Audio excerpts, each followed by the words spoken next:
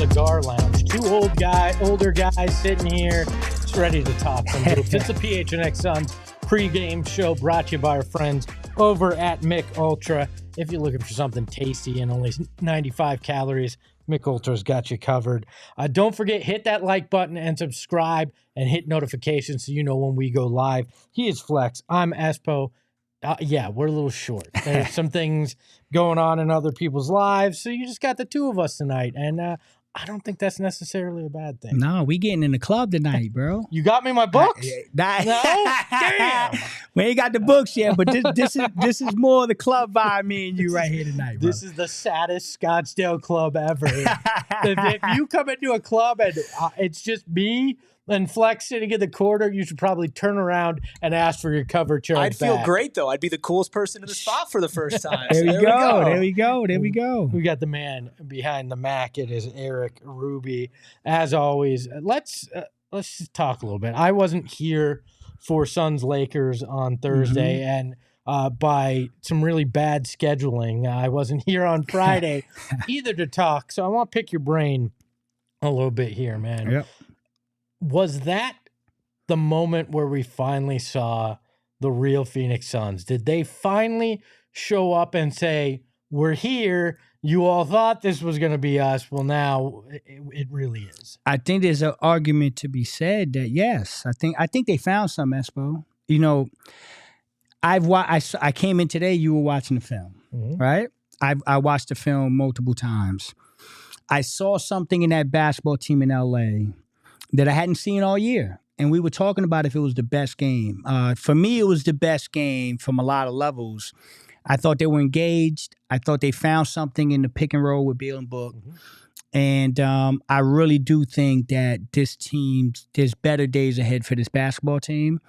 And I think it started in L.A. I think there's a chance we could be talking in 2-3 weeks and saying, wow, that Laker game really shifted things. And it's funny how quick that could happen.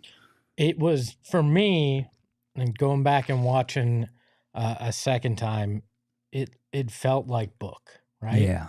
You're like, that's Devin Booker. All right, something clicked there. And for me, I watch it and I go, has he been in his head a little bit trying too hard to be that distributor, trying to be the guy that somehow fixes the offense, you know, rather than just playing free and playing the way he plays? And that felt finally like that. It felt like Bradley Beal joined the party and was Bradley Beal. And that felt like KD being the guy that he's always told us, I want to shoot 14 times a game. I want to help get people involved.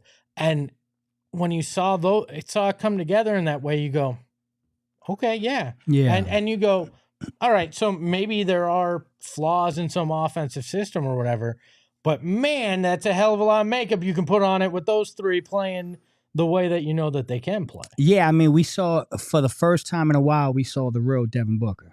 And I agree with you, Espo. I think he was in his head a little bit. I mean, it's hard not to, right? When you get on the basketball court and they're asking you to do something that you've never done, I believe in point Book, but I also believe that if you're going to have him play the point guard, you're taking away something that he was born with. This guy's in the NBA because he's a killer. Yeah. And so you're taking that killer instinct away. And then you're also imagine being Devin Booker, having to go in there and say, I'm going to change my game. And I got Kevin Durant, my idol, guy that had a fat head on my wall. I got to make sure he gets his. And then we got this uber dynamic guard in Brad Beal, who's an all NBA guard, scored 30 points a game, is probably equal to Book in a lot of ways as far as maybe the way he sees things. And there's just a lot of chaos there. And then I think the other day it was like, I think he got the pass from Kevin Durant. And it reminded me of something that happened with LeBron and Dwayne Wade in Miami. I remember watching an interview with LeBron where he mentioned that Dwayne Wade went to him and said, hey, man, I know this is Wade County, but I need you to be LeBron James. Mm-hmm. And that's kind of where it clicked. I wonder if we're going to have that moment where we're going to be like, yeah, the night that KD said, Book, don't worry about me. Go be Devin Booker, and I'll be Kevin Durant all by my lonesome. I wonder if we're going to look back and say that was the moment everything shifted, because I saw a different Devin Booker. I want to address Joey here in the chat said, stop saying KD want to shoot 14 times a game. Are you guys crazy? His career average is 19 shots a game. KD needs to be the main guy. Jesus Christ, you guys are something else making shit up. Oh, I'm not making it up. KD did say that earlier in the year, but even if it's 19 shots, right? And Joey, I understand. I'm not saying KD isn't still one of the top 7 guys in the league. I'm not saying that KD isn't top 3 greatest of all time. I'm simply saying, as one of the greats, I think he also knows when he can find those ways to uplift his teammates and put this team in a better situation to win a championship. And I actually think that goes further, speaking to his greatness. And it goes directly at guys like Charles Barkley that say he can't drive the bus. He's a passenger. Well, guess what? Leadership and selflessness are what actually make you a bus driver. So I'd argue in that moment, and what he said to Book is actually helping prove his greatness and helping prove why he is an all-time top 3 greatest player ever. And to me, that makes a lot of sense, right? Is that he wants to be that guy. And it's not to say he can't go out there and take 19, 20, 25 shots in a game and drop 55 on some team's head in a given night and run everything. Kevin Durant still has that ability. Yeah. But I think there's something that he notices and understands about what's going on. And I respect that about Kevin Durant so much, especially at 35 and with how many minutes they had to ask him to play early in the season just to keep them where they are. Yeah. I can respect where he's coming from right now. Espo, this conversation is exhausting because here's the thing, and I think KD would tell you this honestly. KD's a basketball savant. He's a genius. He is the only person on his team, and one of the few I've ever seen, that with third level touches can put up number 1 numbers, right? And so KD can go into a game and say, I'm getting 15, 16 shots today, and he can realistically get 30. There aren't too many people that can do that. Now, the people that are clamoring for KD to run the offense to KD, take more shots, boom, boom, boom. Well, okay, so KD gets 35. If KD's taking 25 shots, that means Book's probably getting 20. And Brad Beal's back into the teens. And then we go back to the Clipper game. We got 65 points from the big 3 in that Clipper game. And I sat here and thought that was enough. And then I realized, holy shit, that's nowhere near enough. Wait, we can get 65 just from Book and Beal? Right. And then you can add KD's 20, 25, 30 on top of that? You're almost getting 90. But I think you can run the offense through Kevin Durant in some ways without him having to be the guy that takes the most shots. And 100%. I think that's perfectly fine because his gravity, his ability to distribute, his basketball IQ, his intelligence, like those things are all things the Suns team needs to succeed. And, so Eric, what do you got? He also is the only one on this team that has actually played with other superstar talent that can play like that. Booker's never had anybody like Beal or Durant on their team prior to the Durant trade. Beal played with John Wall 10 years ago, and that's it. And if you are trying to build chemistry for a team that is so desperately lacking chemistry and you have 3 number 1 guys, you're going to have the one who has the most experience playing with other people figure out the best way to do it. That's what he's doing. It's so stupid to complain about it. And it's not to say that Kevin Durant can't take over a game. He will. He will score 40 or 50 points again this season, probably multiple times. He's Hello says, let's be honest, KD's an expensive decoy. No, he's not. No, he's Henslow not. gets it right. Katie is just asking him to stop forcing the ball and make the right basketball. That's it. Because it probably And it's that frustrates simple. him. Yes, because So I'm sorry, real quick. Can I just throw something in there? Yep. KD's got the ball top of the key. Booker or Beal is setting the screen in the pick and roll with KD. If you're a defender, what are you doing? You can't double anyone there. No. You're in no man's land. Are you going to leave Kevin Durant? No, your instinct is to go towards Kevin Durant, which causes a hesitation, which opens up the other guy. Right. And then that other guy starts getting hot and he scores 30 and the other guy's scoring 30. Guess what? The next instinct is I can't let Brad Beal keep getting 5 foot wide open jumpers. So now I'm going to hedge that way. And guess who's wide open? Kevin Durant. It's a chess game. These guys are all going to lead the team in scoring in multiple ways. They're going to take turns. And I think you can still run it from through KD. But I also think that it's weird to me, man. The best game of the year. How much did we win by? What was that? It was the 129. What was it? Timberwolves game. No, the Laker game. Game. What was the final score of that game?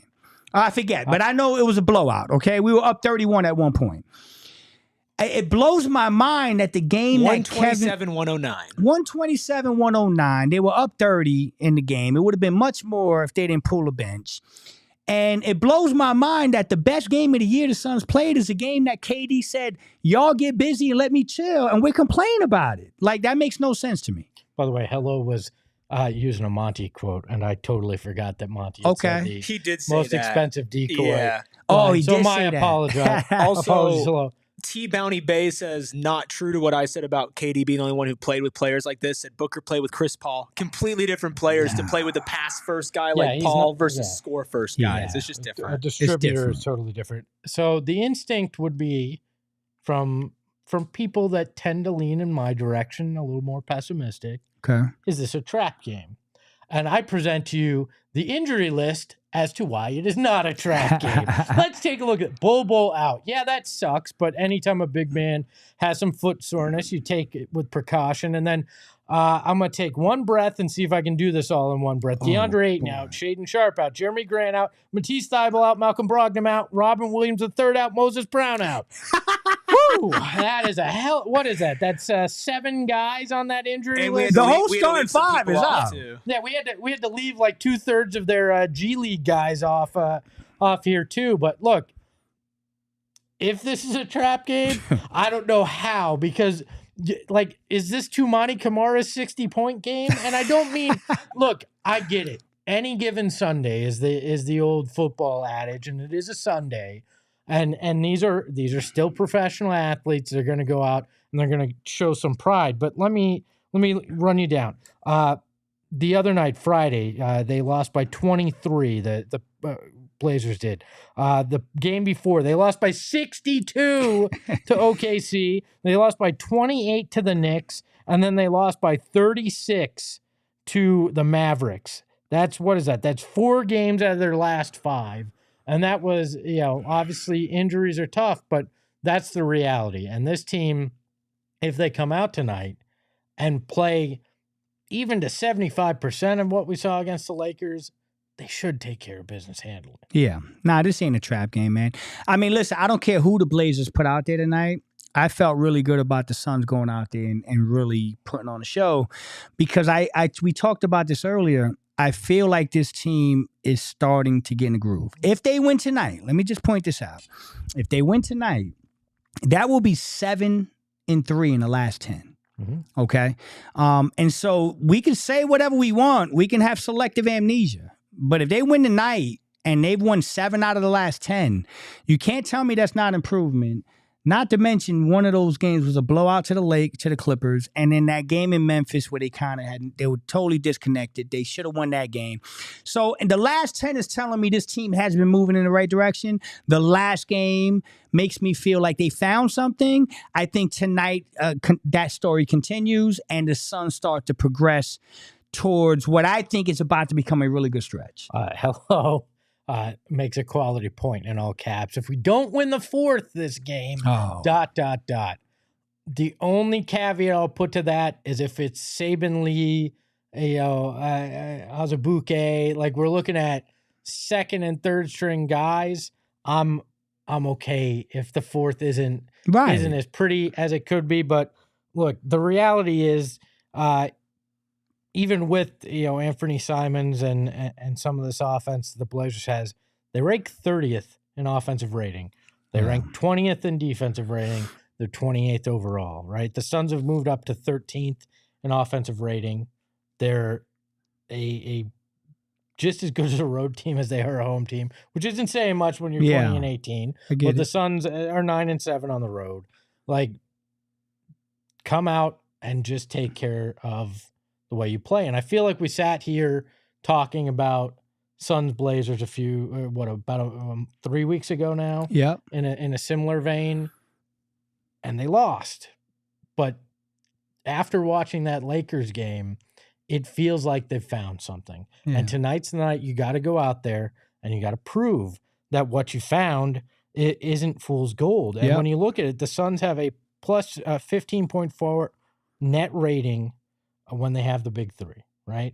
So we're starting to see those numbers in the way that we all thought they would. I mean, is it just actually, and I know what your answer is going to be, but I'm still going to put it out there. Is it just actually as simple as these guys getting time together?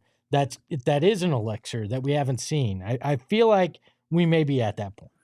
Yeah, Espo, I do, man. I do. I mean, I think it's just more time, more reps. These guys are too good not to figure it out. Here's what I'll say about tonight. We saw the other night a very good version of this basketball team, but there were two guys that were kind of MIA that game. And that was Grayson Allen and Eric Gordon, right? I am going to look for the Suns to come out and be aggressive, and I would not be shocked if tonight's a night where they try to get those two guys to really let it go and play free. Because I do think that if you looked at that game, man, and you realize how many open shots Grayson and Gordon missed, I mean, that could have been a 40-point blowout if they hit some of them shots, man. So I think this is a perfect game to stay aggressive, put it out of reach early, and then let those two guys get busy. I'm that dude says, I'm starting to not like Espo's takes. LOL. I'm sorry. Do you not like when I'm leaning a little bit more positive? And Buddha the Schizo says, Espo, are you talking about plus minus?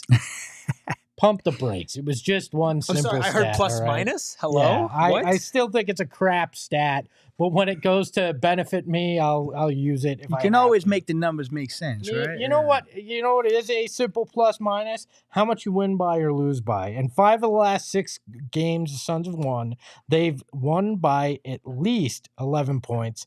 And 6 of the last 7 losses the Blazers have had have been by at least 11 points. Won by at least 60. Yeah. So yes. So that's what I'm looking at here and going, okay, this is why I feel all right about this evening. But let's take a look at a few other things from tonight. If I can get my here we go. Let's take a look at what the guys are wearing tonight there in Portland. Suns wearing their association edition, white with the purple and orange burst. And the Blazers are wearing that city edition, Rip City. They've always had some really good looking. There's something about black and red with a little white thrown in that's classy. They've leaned into the carpet at the airport, all sorts of weird things that Portland does. I actually like these. Should be fun to see on the court tonight. Let's take a look at what our friends at the BetMGM Sportsbook think about this game tonight. It is sitting at a 10.5 point favorite for the Suns, and ironically, that's half a point from that 11 point mark we were just talking about. There you go. I think this is a pretty fair number because you would hope the Suns would push the lead up more than that, but we all know those fourth quarters, not just for the Suns, but in general in games that may get away, it starts to come back a little bit. So I like that. Let's take a look at what our picks are for the night. What do you got tonight, Flex? I got Suns by 13 tonight. 13. I like that number. That's my favorite number, so I feel good. Lindsay has them by 8, Saul by 10, and I have them by 15 because why the hell not? I'm going to try to be a little more positive right now. I think you're going to be the guy tonight. I think they're going to win by. This feels like if they just come out, Espo, and don't BS and treat the Blazers like the Lakers. They're going to win this game easily by 20. I just hope that tonight's not a night where they try to experiment. Yeah. Right? Yeah, don't play with your food. There you go. You know who's not playing with their food? Who? This guy when it comes to our bets. Let's take a look at the standings. I won last game. 108.50 for me. Flex, I'm sorry, you're at 90 and I'm coming, brother. 98.27. Saul's still sitting at that 51, and Lindsay slowly moving towards the oranges. She's at $16.58. But you know what? It's another night, and that means more bets. We can start with Flexes. Why don't we give him the opportunity to go? I'm first? swinging for the fences tonight. Listen, this is an interesting one. So my eyes are bad, but you want me to read it for you? Can you do that for me, please? I'm the one in the 40-40 club that can read all right. It's a 5-leg plus 1,200 Sun spread at minus 10.5. Total points over 233.5. I believe the Suns will have 2/3 of that. Kevin Durant plus 25 for the game. Player points. Devin Booker plus 25 points for the game, and Brad Beal plus 20 points. I don't think this is crazy. I think the toughest might be the over. There you go. You might that, or if they go up big and they pull some of these guys, you may miss by just a point. Let's go to Saul's bet here. I'll save mine for last since I'm leading. Damn, what he got? This is a 9-leg parlay. So there's 9 with only legs, 8 of them, but he only put 8 legs. What? I have his Why ninth don't you leg. Why don't you read it since you got the 9th one? All right. So player points: Kevin Durant over 25.5. PRA for Anthony Simons 20+ points. For points, rebounds, and assists. 15+ PRA for Jeremy Grant. 20+ PRA for Bradley Beal. Oh, that's right. He's not playing. Jeremy Grant's not playing. So he pushes. Saul gets his push. So he pushes. There you go. The rest of the bet, just in case, though. Book 30+ PRA over 222.5. Suns win. Nurkic 25+ PRA, and then he had a Grayson 14 PRA. That's quite a bit all for that for plus 575. Yes, he talks about just me. To not get anything, Enjoy actually. your not moving. Let's move to the next one. Lindsay's pick here. 4-leg parlay. Plus one. Why the effort for plus 188? Suns win. Total points under 233.5. Player 3-pointers. Kevin Durant has 1 and Devin Booker has 1 for plus 188. And let's move to the future grand champion of this, the man of the hour. I'm going big. Why the hell not? Grayson Allen, first bucket, 3-pointer, plus 1,800. Damn. If I hit this, you all can watch my ass walk out that door because I will have such a large lead. You know what? This one scares me. Because I could see that tonight. Have you noticed they've started to run They that have. for Well, the him? first shot of the game. Method. If you would have bet that last game, you'd have hit it because he hit the 3. 3 straight games that. And look, there starts to be a pattern when these rotations start to normalize, and that's how we got Crowder's Cash Club a few years ago, and I won over $3,000 betting that. All right, so I'm starting to feel like it's it's a little Grayson time in that. He may not make it, but I still think he likely gets that first look there. I have a question, man, about this. I need you to really think about this. You too, Eric. Okay. All right, I'll try. So Saul's situation tonight is what? He pushes. So what does that mean? Stays the same. So he doesn't lose $10. Doesn't lose $10. Doesn't get. So I'm gonna make an argument that's a crock. We can't. Because here's the thing, I can make an argument. I'm a slick dude from New York, New Jersey. I can make an argument now that if I don't feel good about something and one of my guys don't play, I stay where I'm at. I'm not losing. That's not cool. I don't think it should. Listen, Are you saying you're going to tank a bet? Well, that's what I'm saying. What I'm saying is there's an angle now to play where you. Yeah. I don't like that, man. I don't like this. Saul ain't leading, so you can't play the stall offense. You ain't leading, so you can't play the stall offense. You're right. Lindsay's about to be with you in the orange. Right. So the only person that can ride that strategy is me right now, and I'm not going to do it because I like taking some swings. So here's my thing. In real life, that one thing voids and the rest of the ticket plays. No, that's That's No. exactly how No, it works. because the odds, because then you'll get different odds. No, and the stuff odds, like that. yes, 100%. The odds will shift. Whatever odds they would When shift. I put a bet down and somebody hasn't played, my entire bet got voided. No. Whenever I do these 10-leg parlays all the time. When a player doesn't play, that one voids, the odds change, and whatever money you put down on those odds is what you're going to get. If you want to figure out what the odds, minus the Jeremy Grant part, are, I will let Saul lose or win his money. It's not either hard. way. What's the number on Jeremy Grant? You got to do is subtract that from the total number, and that's your number. All right, let's look Math here. was not my strong suit. I went to U of A. And unlike Jed Fish, I stayed there till I was finished. Hey now. Listen, I just think with the way that this season, as the person who has to make the injury report for this show every single game, the fact they rule guys out with literally no warning in advance, like 20 minutes before the game. I can't hold that against I get that. So I love you, dog. I'm not taking a shot at you, but I'm like -2 million, bro. I'm trying. I gotta get y'all closer to me. Let me ask you a question. Yeah. Shouldn't you just be worrying about yourself to get the hell out of the I should. And my man Buddha said it. Flex is right. I'm telling y'all, they just void that one play and we keep going. But anyway, listen, you're right. But tonight, you saw my ticket. If I hit that tonight, I'm in there. You're back. I'm back. You're back. I'm baby. on you, dog. Hey, you're always just one win away, right? One win away, dog. I'm 1 win away, and then the train's gonna boom. I'm supposed to hit 2 bets this year. And if I hit I hit 3 now. I hit the one on the even the other night. Sorry. You better give me my money. I didn't gave you walk, your so money. all right. I gave you your money. So yeah, if you wanna have really ridiculous arguments with your friends, but have a hell of a lot of fun like we do, the BetMGM Sportsbook is there for you. Sign up for BetMGM using that promo code PHNX. Place your first bet on that sportsbook wager through the Sportsbook mobile app for at least $5, and you are going to receive $158 in bonus bets.